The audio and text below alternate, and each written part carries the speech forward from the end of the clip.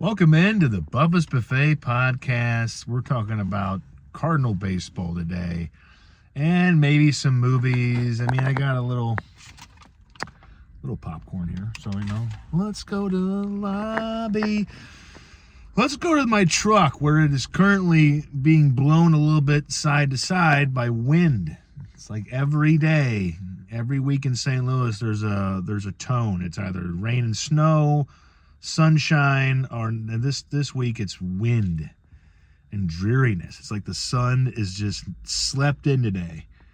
Anyway, how's everybody doing? It's hump day. Are we having a good day, huh? Is somebody in your life making you fucking smile? Like, you gotta have it, folks. I told you the other day. Get somebody in your life that makes you smile. Because if not, what are we doing here? Working, paying medical bills, picking medical bill plans and making your head hurt, eating, you gotta have someone that you enjoy life with, somebody who gets you.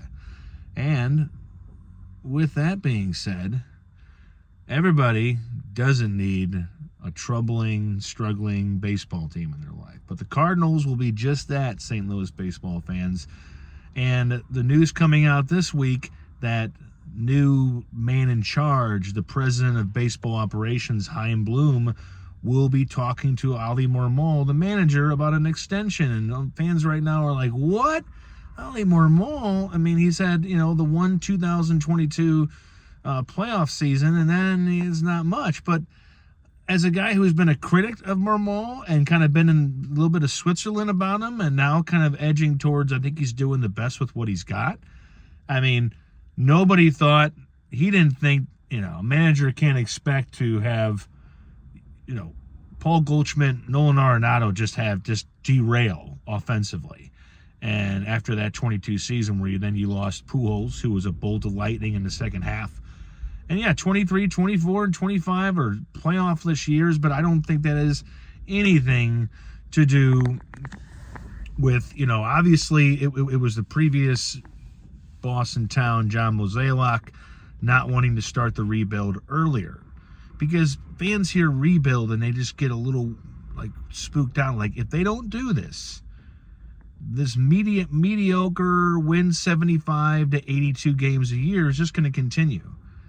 So, and you do a rebuild when you get a new guy like Chaim Bloom in there. You got this guy, he's going to reshape everything. Because if you don't, hire special instructors like every other team, like the Milwaukee Central Division owning Brewers have all those instructors. If you don't do those type of things, you're never going to move out of the hole. The Cardinals used to be one of the best baseball teams in baseball, and now they are an excuse for people to go, let's not do that. So, and with that comes the idea of bringing back Marmol, whose contract expires this year, and I get it. I understand why Chaim Bloom is putting out the idea of bringing him back without cementing it, because Marmol has been with this team, obviously, for 4 seasons, and yes, 3 of them have not been great. But that's not really his fault. He's had to make do with the best he can. At first, there was a very declining, rapidly Adam Wainwright and a back and forth Miles Michaelis. And then you had 2 offensive firepower, big forces in Goldschmidt and Arenado that just went downhill really quickly. So sticking with him through a rebuild is indicative of a couple different things. It means that maybe Bloom is going to have this guy be there for the vicinity or for the majority of the rebuild. He's not going to just go with a different manager, because you want to go with one right now.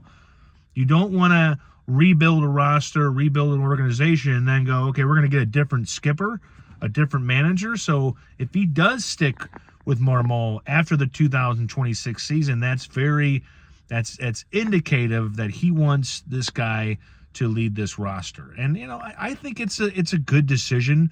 I'm not saying that this manager is going to bring the Cardinals an extra 7 to 8 wins a year, but I don't think he cost them as many wins as people would like to blame him for last year. I do think he's getting better. I think this roster is kind of becoming his, if not it is his.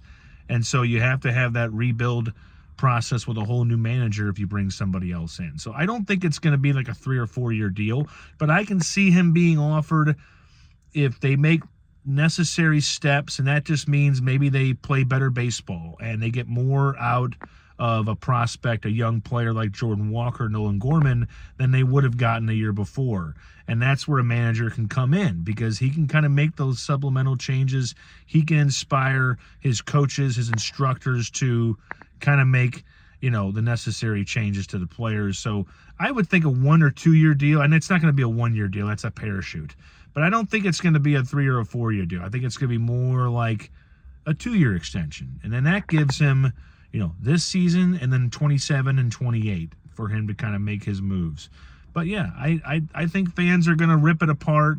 But ladies and gentlemen, this team is not going to be contending for a few years, So fans don't really mind if it was Oli Marmol and they were winning.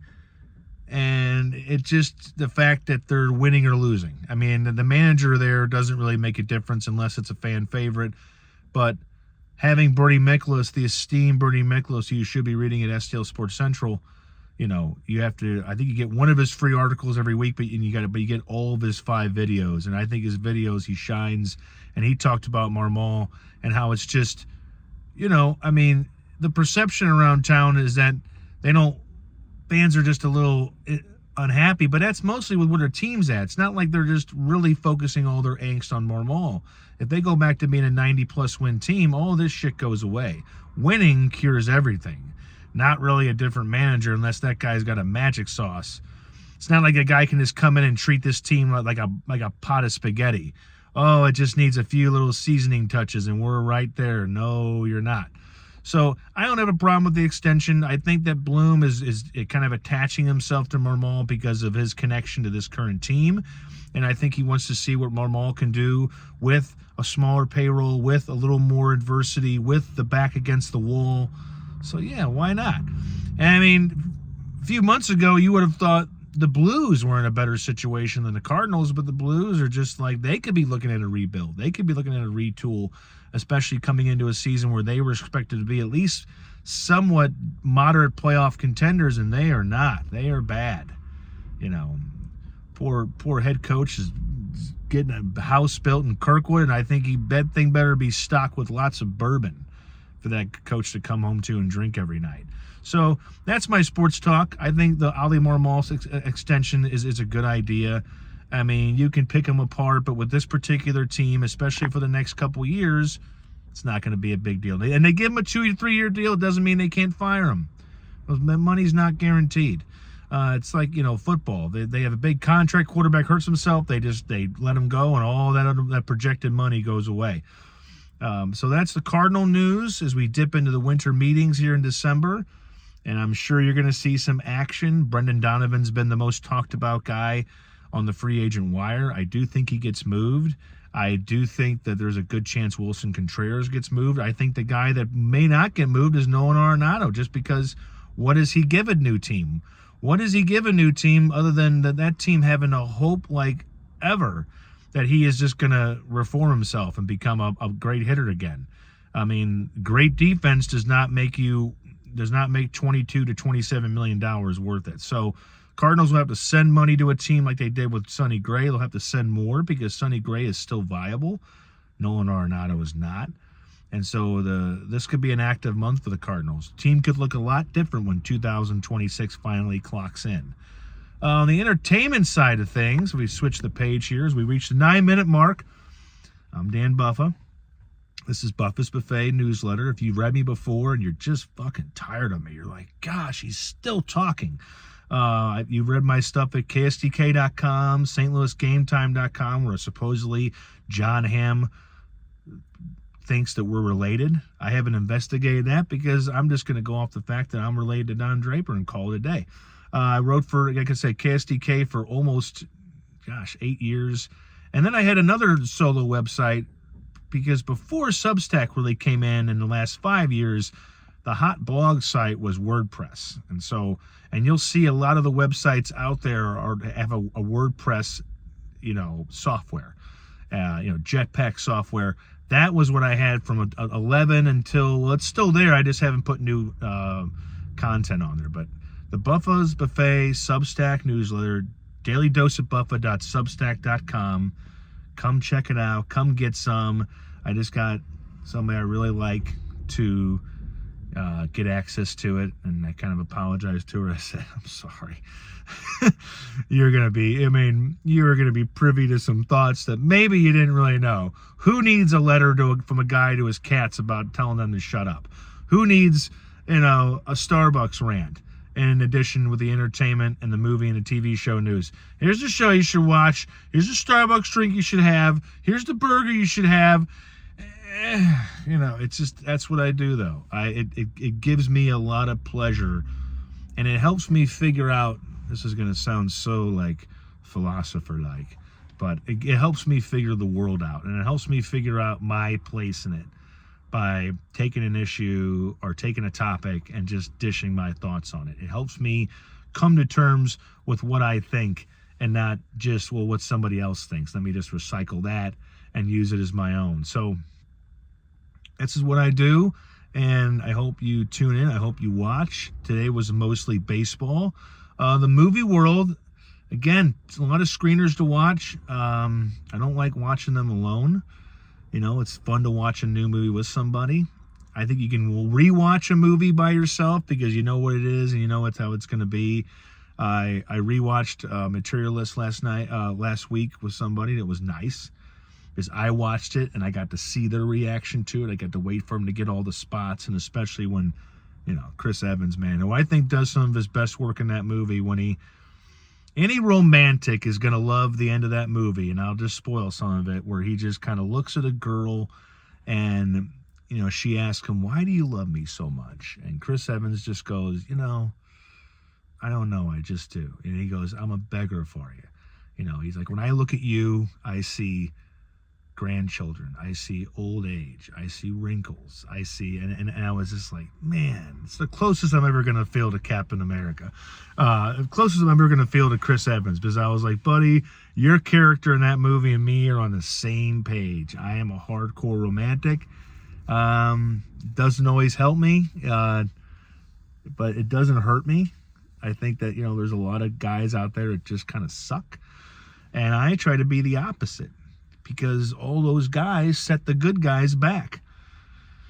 And so my daily goal in life is just to be a good egg and hop on here. I come on this thing because it helps me detach my mind from plumbing supplies, and it helps me, keep my podcast and my video recording ability and just speaking. One of the hardest things when I started doing the radio was when you're just talking and you want to make sure people can understand you and that you're talking to one person. The best advice I ever got about the radio was somebody saying, you are talking to one person. That's how you have to treat it. It's a very intimate conversation. And so doing this just helps, So but you need people to watch. Yes, I can get in front of this thing and just rant. But when people kind of say, hey, I like the truckcast, I like it. Keep doing it, man. You're talking, you're picking pipe, and then you're picking thoughts, So yeah, to cover what I was talking about, Oli Marmol getting an extension for the Cardinals as a manager is not a terrible thing. It fits in with the rebuild. The Blues head coach needs a lot of bourbon. Materialist, as I was said last week, is on HBO Max. Give it a watch. I will say Mayor of Kingstown on Paramount Plus is just a great show. So is Landman. I don't know.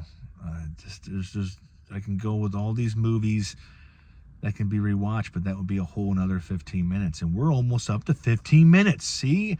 And I don't want to keep these too long. As you've known, they've been, some are 8 minutes, some are 12, some are 13, but you stay too long, people are going to want to click out of this thing and be like, I don't want to listen to this guy anymore. But I love doing it. I do it because, again, it helps me kind of sharpen my aspect on the world, and it just kind of keeps me sharp, keeps my brain going. So read the rest. There are 10 new Film Buffa videos this past month. There are a lot of podcasts, a lot more podcasts than written, which is something that's very rare for the site. So enjoy all that while the vocal words keep coming, and have a great Wednesday. Don't let life get you down. Understand that every day will end, and whatever the moment you're in, good, bad, or ugly, this moment, this too shall pass. That applies to good, to bad, to ugly. It is just going to pass. And so what we do as human beings is we try to preserve what made that moment good and examine and then discard, like a recycle bin on your computer, what made it bad. Surround yourself with good people, and life is worth living so much more. Have a good day. Once again, dailydoseofbuffa.substack.com. Written, video, me. I apologize. All I can do is be myself.